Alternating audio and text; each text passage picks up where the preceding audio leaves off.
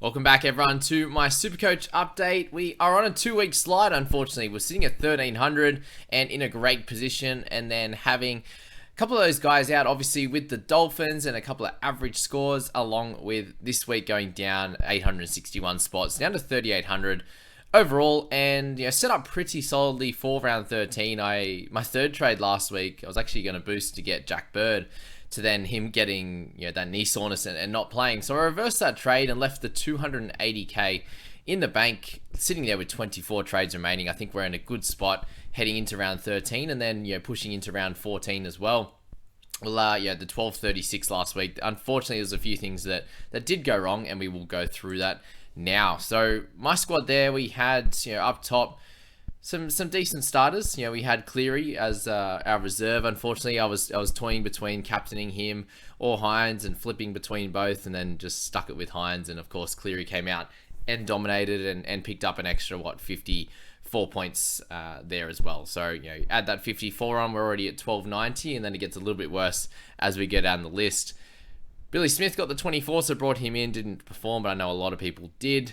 Dillbags Brown, the 113 was great. Johnson, 83, Hopgood, 78. So those three scores there were awesome. It was just obviously Billy Smith, the low one at that point, but then Gutho in that same game got the 25, so that hurt there. Heinze with the 71, Mulatalo 65, and Wilton 38. Some okay scores in amongst a bad one there with Wilton, so that kind of cost us there. And there's a high chance that he does come out of the side this week. He just has too many errors in his game, unfortunately, and that's sort of costing him, especially closer to the line, or the ability to hit and get tackle breaks and line breaks there. He's just dropping it before the line or on contact there. Marshall King, the 53, kind of one of the better hookers for this week, to be honest with you. So that was that. We had Christian Welch, who I reserved over Dream Buller. So yeah, that was sad.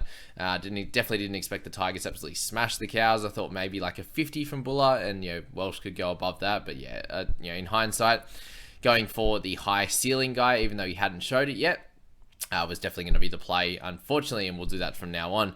Learn from our mistakes, right? Fafita there with 116 was amazing, as well as Garrick 108, Horsburgh 62. Been okay since we brought him in. He goes to the edge this week, which is interesting. And then Joe Taps with 47. He has not had a good year, has he? So, last week was a decent one at 70, but he just, you look at his average of 60 for the year, and, you thought guys like Tino and hadn't had that much of a great season in, playing footy until a couple of weeks, last week especially, a few random ones in there where he got some attacking stats, but he's up over 70 as well. So, Taps is really down on the year. And then Greg Marzu and Preston. So two guys that didn't go too great either. So that's where the 1236 comes from. Remember, if I captain Cleary there, which was, I was toying between both, there's 1290. And then if I played Dream Buller over Welchie, there is another 80. So I'd be sitting at, 1370 and making big ranks. So it shows that just, two reserve choices or a captaincy choice is the difference between you making ranks and losing ranks. So yeah, pretty crazy how that works out. But then I had obviously Hammer as well. I didn't play him with the 66, and yeah, that was that. So I didn't play Brandon Smith this week. I had a bunch of guys that I could have chose from, and I suppose that's the issue with having thankfully have a very good team value at almost 14.5 million. And that allows me to have a plethora of great options. But in these type of weeks when everyone's available, it definitely doesn't work out because you're playing that reserves roulette, which sucks. But looking into round 13 now, I've just set it up where I've got my full squad on the park, and with potential of 4 trades to be made, considering I have 2 boosts left, 280k in the bank. We've got Jeremy Marshall King up top. We've got Taps and Horsburgh to make 3. Hopgood, Couchman, and Murdoch Masilla. So not super exciting, but that leaves us with 6 in that position. Up to this point, we've got Hines and Cleary. So I suppose I'd like to ask you guys' opinion as well as to which one. I'm probably going to get rid of one, either of Hines or also Dave Fafita. So one of those two guys I think is going to move on to really set me up for not only this week, but round 14 as well. So that's something for me to contemplate for sure. So 6 up to that point. Then Dylan Brown and Katoa makes 8 at this point. Garrick 9, Marzu 10, Johnson 11, and then Gutho sits at 12. So that's where we're at currently. And potential trade-ins this week. I think Tohu Harris is going to be one of those guys. So it'll be either Wilton to Harris, likely going to be, Fafita could go to Harris. But I think what I'm actually going to do this week is upgrade Isaiah Katoa. I really think that Cody Walker is the guy. Obviously, the next 3 weeks, you can get him and be able to do really, really well. And with Dylan Brown being out in round 14, I would like to have a starter that is going to score pretty well. And you do see that Katoa having Milford next to him this week means that he's going to have obviously a mixture of the kick meters, which less chance of tries, and Katoa wasn't much of a runner of the footy last week, so it's just a bit of a shocker all around for him, and playing the lesser minutes. I think it is time to take his money and run. Obviously, over the next bunch of weeks, if he doesn't happen to score very well, then he could go down a decent amount in price. Obviously, not as much as some other guys on a week-to-week basis if they have that 120 break even, considering he's so cheap. But I think I'm not going to get the output out of him anyway this week, and I'll have over 13 players, so likely I'm not going to have to take his score anyway. So that's my theory there of bringing in Walker. And if I do for feeder down to Harris, it leaves me with bit over 600k, which means I can go Katoa straight to Cody Walker, and that means I can keep Hines, keep Cleary, considering Hines coming off the bench, likely to play the full game next week for the Sharks in round 14, sorry. Dave Fafita, the interesting one with him is if he's going to be starting, I think he plays pretty big minutes, 50 to 60 highly likelihood, and then of high likelihood, and then 80 minutes is a decent chance as well, probably a 20% chance or so that he plays that full 80, especially with Felice Kafusi being out. So at 942k, he's made bulk cash. The question mark is going to be, will he back up in round 14? Will he play limited minutes? And then he's obviously out in 16 as well, and potentially has the same thing happening to him in 17. So something to think about with him is obviously you can use his cash to go to anyone you want. The big issue in the 2RF position is that there is no one even close to being as good as him. If you trade out Hines, I could move Isaiah Katoa up. You can play him in my 17 and bring in Cody Walker for Heinze there. I think just owning 3 of those super high price guys over this time is probably not the play. I'd say 2 is the best way to go about it. And I'm also looking into next week in my round 14 guys as to how many I have available. So if I'm looking at that position, I have Dill Brown, who's going to be out. I have Garrick and Marzu, who are going to be out as well. I do obviously return Malatalo. You got Billy Smith. Johnson will continue to play there. Gutho is out as well, so Buller will come into fullback. So there's some of the big ones, obviously. And then Brandon Smith is currently injured, so he'll have to go at some point. You got Davi Moale is not playing. You got Couchman and Murdoch-Masila, who you don't really want to be playing. Next week in 14, Murdoch-Masila is going to be fine this week, considering he's starting again.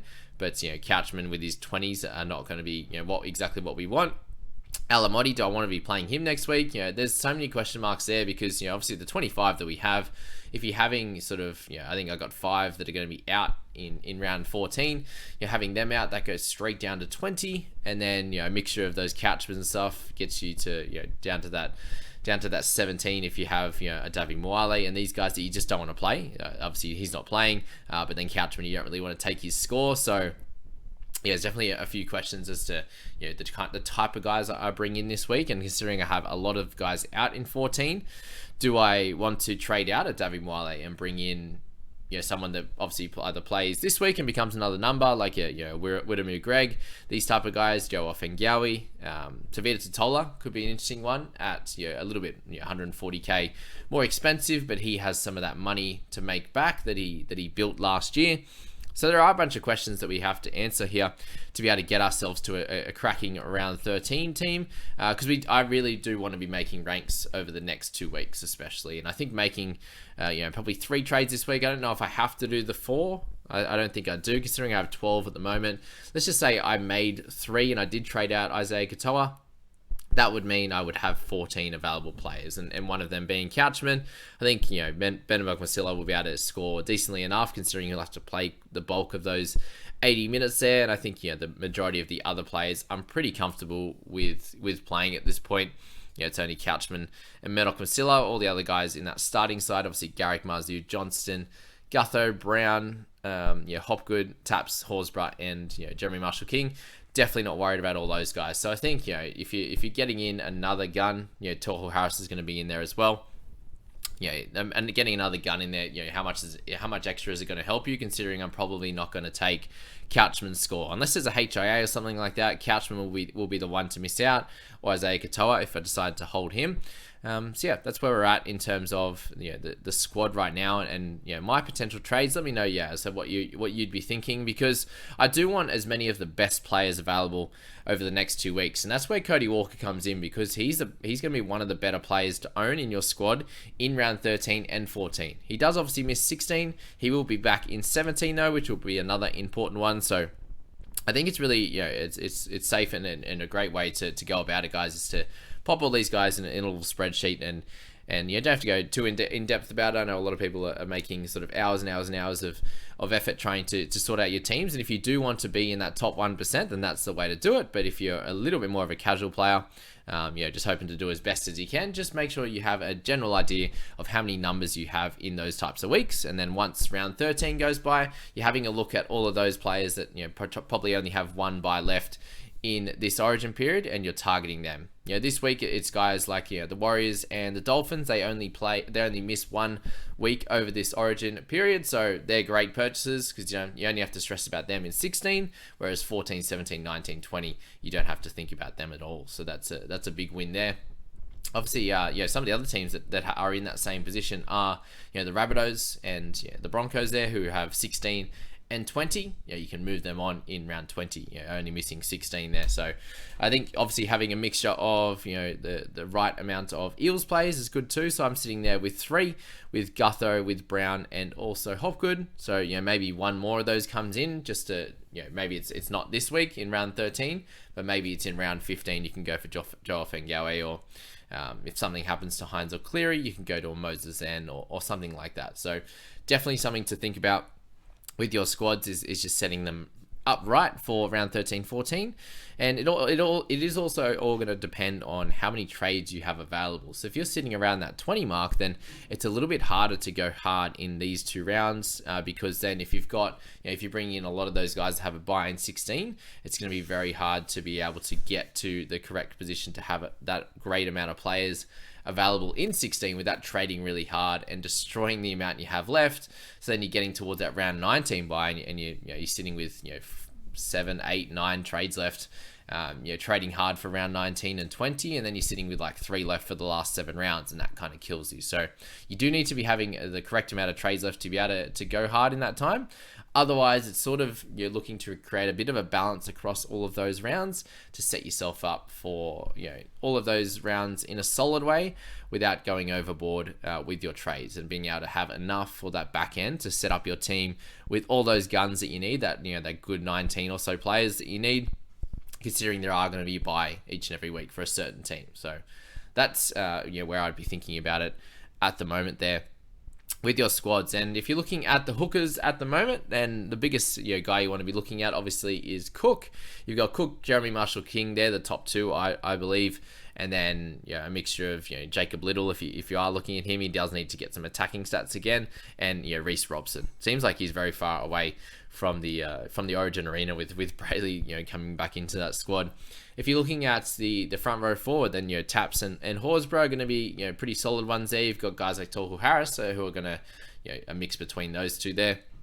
Hopgood's just clearly in your 2RF, but that front row forward, you've got Greg, who's potentially that cheap option that you'd be looking at. You got Joe Offengawe, you've got the Pasekas and stuff like that if you are holding them for this round, and then Tavita Totola I think is a really solid mid-range guy as well if you're looking at that. But obviously a bunch of those guys like Jack DeBellin as well, who can go between those two.